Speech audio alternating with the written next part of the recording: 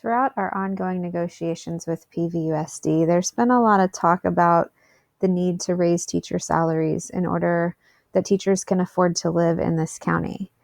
That definitely applies to me too. But this presentation is simply going to be about numbers. What I'm going to do is prove that there's a huge spending problem with PVUSD, and if corrected, the district would have the means to provide teachers a substantial raise. I'll start with the recent budget analysis that a firm hired by PVUSD conducted in March. The claim that our total compensation package is competitive due to the district's contribution to benefits has been the foundation for the district's platform of not raising salaries. From this report, we learn that PVUSD provides a health and welfare package of $7,083 higher than the state average.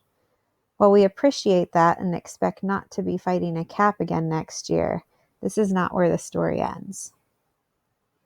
Here's a spreadsheet I put together comparing state averages in spending categories with PVUSD and several other districts, some used in the budget report.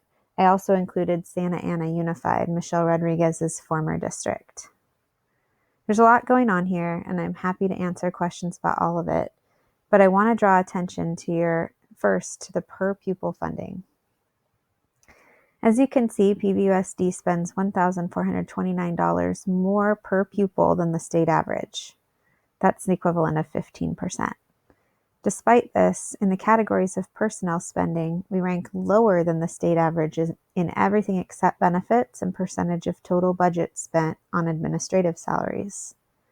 Also important to note here is that our site admin make less than the state average for their respective positions. The conclusion that can be drawn from that is that we spend much more of our budget on off-site administrative positions than most districts do. Next, I want to draw your attention to the percentage of our total budget spent on teacher salaries. PVUSD spends a full 9 percentage points lower than the state average. Those 9 points calculate to $17.8 million that the teachers are being shorted. If we used our funding per pupil, again higher than state average, and the percentage of budget we should be spending on teacher salaries, 38%, rather than the 29% we currently spend, we would increase teacher salaries by $17,542. But let's remember we have a better than average health package and go back to those numbers. If we subtract the $7,083 from $17,542, we can conclude, even factoring in our fantastic benefits package, that the average PVUSD salary should increase by $10,459, or 17%. We're not asking for more than our fair share.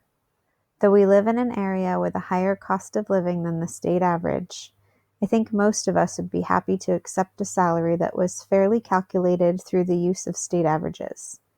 The teachers of this district, or the leaders of this district, owe it to the students, the teachers, and the community to be transparent and explain why these numbers are so off. Aside from the higher percentage spent on admin salaries, what is the rest of the 9% going toward? We demand answers.